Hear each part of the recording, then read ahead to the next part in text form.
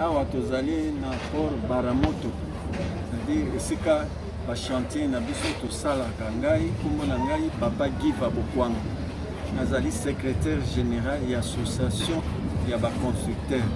En même temps nasalaka mpe na mwana mboka président na biso Diki Pato.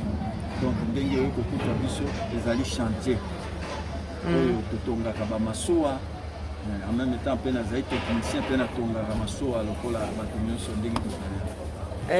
Conseil okoki kopesa jeunesse na biso ya lelo po biso toza ba jeune tozoyeba lisusu te nini tosala lolenge kano tokoki kosala mpona kodevelope mayele oyo eza na kati ya biso bacongolais todevelope mpe mboka na biso. Eloko oyo nakoki koloba mpona jeunesse, eloko ya liboso, on doit préparer la jeunesse, un bon relève. Mboka oyo eloko ezangi bato baza kosala relève ya bato te. Yo oza na mayele na égoïsme, ka yo yebi okamati na mayele okufi na yango sans kosala relève. Olingi oyebi mosala, oyebi likambo songoli oyo ekoki kosala relève développement à plus tard. Soki basango to mindele basalaka baekole te balopitalo te, yo lelo lingai kokende bango bapreparaki batiki baekole bakei na bamboka na bango, ils ont préparé pour nous. Mais eloko nini biso préparé l'égoïsme, eloko ebomi mboka l'égoïsme. Oza na mayele panza mayele, préparer la jeunesse po lobi faille ezala te. Aujourd'hui tozosouffrir mpona nini faille ezali parce que bato bakambaki biso bapréparer jeunesse et on continue tozopréparer te. Mais toza na baekole te tokotaka baekole totangaka te. Omoni sikoyo laki totanga, est-ce que tozo comprendre makambo bazoteya biso? Tokokona yango tokoma balicencié ndenge nini? Licencié ezali papier, mais licencié ce n'est pas na Amérique na banani bakokende kuna même oza na badiplôme asenye na badiplôme na yo te, bango balobi kamata diplôme tia kuna, il vous envoie au travail kende. Bango ce qui veut c'est quoi? Le rendement, les concrets, votre vision. Oyoki mindele, bien sûr, papier na yo ça va, mais quelle est votre vision? Mais biso nde toza boto yebi de yake mutu soko ozoloba français ya bien ya makasi oza déjà mutu oza considéré na kati ya société. Mais koloba français ezali ce n'est pas l'intelligence. Kasi yango mutu ekodévelopper biso? Non, okodévelopper na français te, okodévelopper na vision et des rêves ozoyoka. Rêve dans le concret, le rendement. C'est ça qui va développer le pays. Il faut le français na plateau, parce que l'auditoire est comme c'est un plateau, il y a télévision. Pour le français, c'est Koyeba, il y a un de Koyeba, ce n'est pas Koyeba. Vous avez comme licencié, master, bani, tout ça. Mais si vous n'avez pas un bon rendement, si vous n'avez pas le concret, si vous n'avez pas de vision, si vous n'avez pas de rêve, français, papier, ça sert à quoi? C'est ça qui tue. C'est ça qui tue. Donc, on les a pour remettre à cause formation na biso tozora na école to nini papa? Formation na bino to boité. Formation na il faut appliquer ce que vous avez appris. Il faut qu'on applique défendre votre papier là. Mais la pratique il pèse à ramuki na makambo tout ça tout ça trop théorique. C'est pas plus de redéfendre en quand en français le poteau bien na monoko. Le poteau il y a yote. Voilà to poteau na option libususu. Le poteau il y a mindele. Vous bangonde moto baye ko la question le poteau. Là aussi c'est l'esclavagisme mental. Mais la civilisation papa. Civilisation c'est le concret, c'est votre vision. Et là qu'on peut appliquer na oyo yoza, il faut un grand rêve. Rêve et puis on va appliquer l'énergie et permettre yo au sectoriel. Voilà, c'est ça. C'est pas dinga oyebi koloba français. Oza licencié à Tokyo ya master docteur. Oui. Wana koma kotiaka papier wana pour intimider les autres. Mais dans l'application, c'est le néant. Tu n'as rien du tout. Nous tomons contre votre étude. Le Congo a besoin de concret. Le Congo a besoin de vision. Le Congo a besoin de quoi? Na makambo yo bato basengeli nango. Le rendement. C'est ça.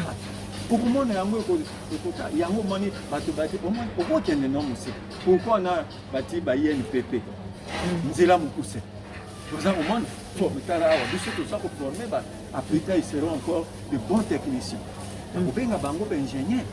Il n'est pas dit que sur le quoi bateau tous sont formés, ceux qui bakiennent stratégie, ceux qui bakiennent je ne sais pas la complicité, ils sont à la croisée des chemins. Aucun qui est mais nous formons nos ingénieurs ici.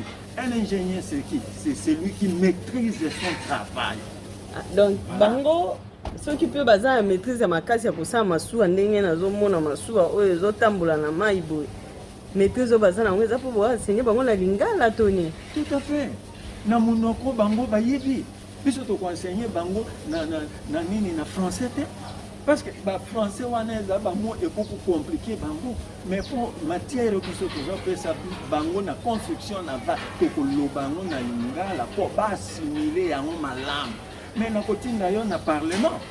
Na parlement, il y a 4 langues nationales. L'Olendo n'a pas parlementaire pour la langue française. Mais les interprètes qui sont dans le parlement, oui, bazar pour na bazali au coup interprète lingala, au coup interprète kiluba, au coup interprète swahili, au coup interprète bavandi kuna.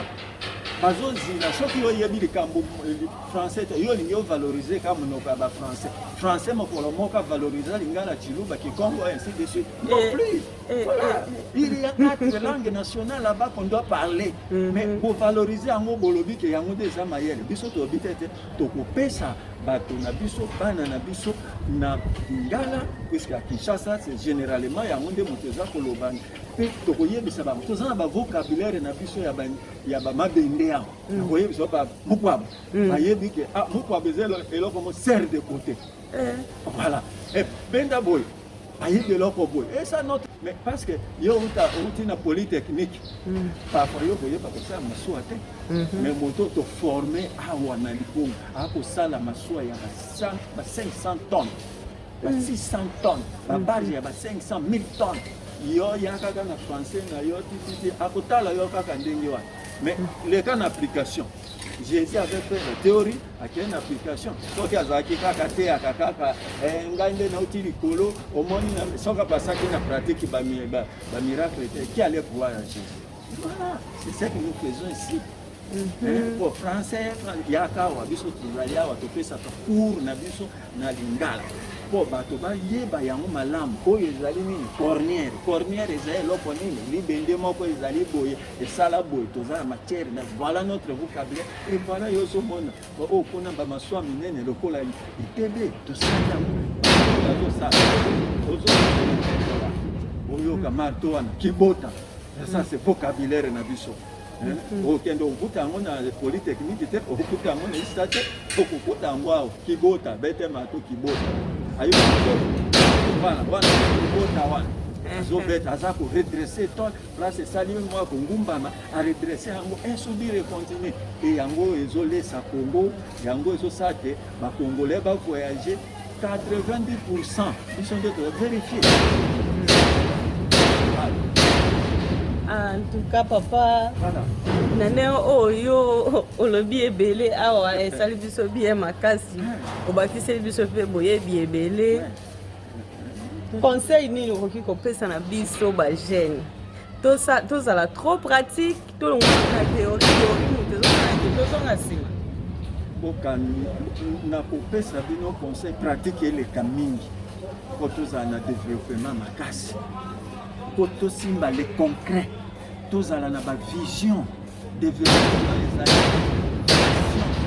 les alliés grand rêve même aux mbongo il faut rêver il faut avoir des visions mokolo yo kozwa mbongo et ya kokutana déjà na likambo na rêve na vision zaki na monde okosala mais yo za na vision osala donc on a osenga lisusu na ba jeune nous voulons prier beaucoup mais eloko tolobi sambela oyo na oyo ekoki aller au travail parce que tango Jésus azala komata na likolo asilisi aza komata bato babimelaki ye wana ya pembe bakotala bato nini bozotala boye bato soki mwasi soki oyebi histoire yango malamu bozotala Jésus aza komonte mais moto wana alobaki na ye nini allez travailler Il y a ces missions nécessaires. Allez travailler. Comment on a des cima. Mais allez travailler. Nous devons travailler. Vous les jeunes, allez travailler. Mais il faut travailler. Et ça, c'est comme un délai. Développement en Mboka, pour beaucoup de si ça va président, allez travailler. Misala maboko. Ozokonseyi biso mingi na misala maboko. Misala maboko. Bilanga to nini ba misala maboko modèle nini oyo ozokonseyi biso mpo oyo koki kotombola vraiment mboko parce que tozoyeba lisusu te tozokende wapi. Misala maboko ezali bele. Mokili eloba boye mabele alobi boye. Soki mokili décevoir yo. Viens chez moi la terre, je vais vous rendre riche. La terre. Et loko eleke loko nyonso na monde entier eze loko ya kolia. So chinois komi makase Mao Tse-tung tango Mao azoloba na bato retour à la terre. Esprit de Yukong Mobutu akeye na Chine aye koloba salongo na mboka za rétribution de masse mais ba Afrika ki yango ndema mais yango tozongela bilanga bila katanga batongi yango na mbongo Equateur na bandundu batongi yango na kolbate te nani Jekamine. C'est l'Équateur et la bandundu na nini na mafuta EVA. L'histoire est là. C'est ça. EVA bisa mafuta. EVA ezali bandembo caoutchouc. Mafuta coton yango nde bamindele ba Belge. Histoire ezali Belge bazozwa.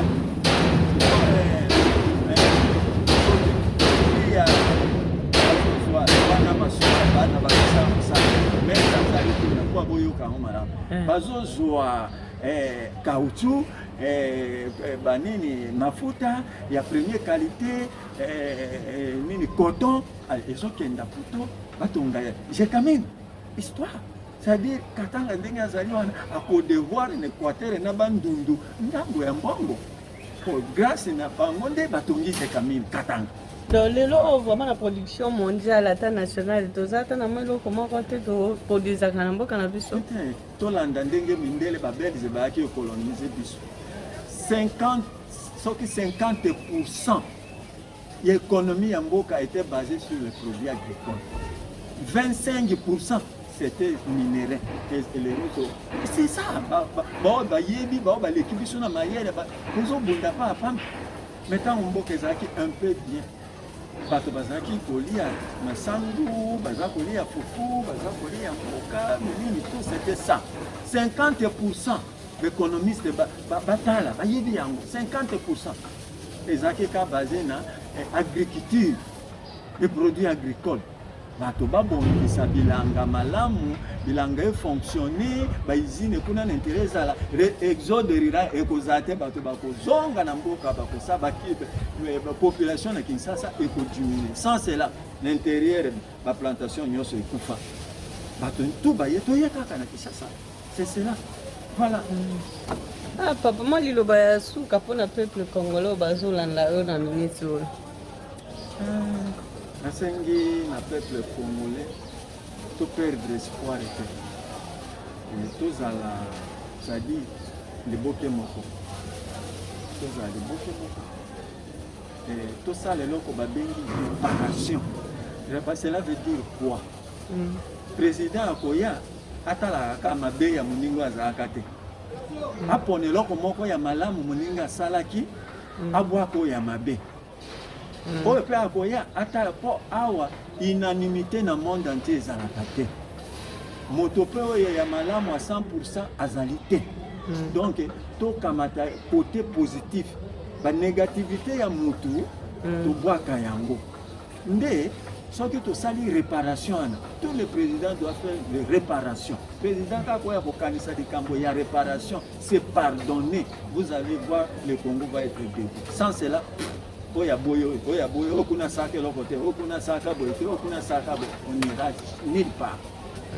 On ira nulle part. La réparation bon moko makanisi moko avoir des visions moko et puis ba grand rêve moko nde tozana souci ya peuple congolais souci ya kozate tout ça moninga mabete tout ça bo préparation bavanda esika moko basala mpe baparlementaire ya malamu parce que toza 80 millions d'habitants il y a que 500 parlementaires oyo bazali na kati ya bainstitution est ce que ezali bango baza na souci ya peuple so baza na souci ya peuple ils vont parler de badéshydratat epai batiki na mboka mais aujourd'hui c'est malheureux donc ce n'est pas qu'un seul doigt, il y a un monde qui autour d'un seul doigt de 5 ici, et comme boxe,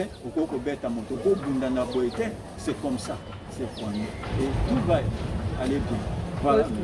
Ok, merci beaucoup papa, merci vraiment pour nanengo ondimaki kozwata na yo kopesa biso pe na mate ya malamu oyo pesi biso merci. Merci bandeko surtout au bozwi temps ya kolanda papa na biso ingénieur tokutani lisusu ingénieur Giva wana tokutani lisusu na mikolo landa merci beaucoup merci lelo obengisi température sociale epa na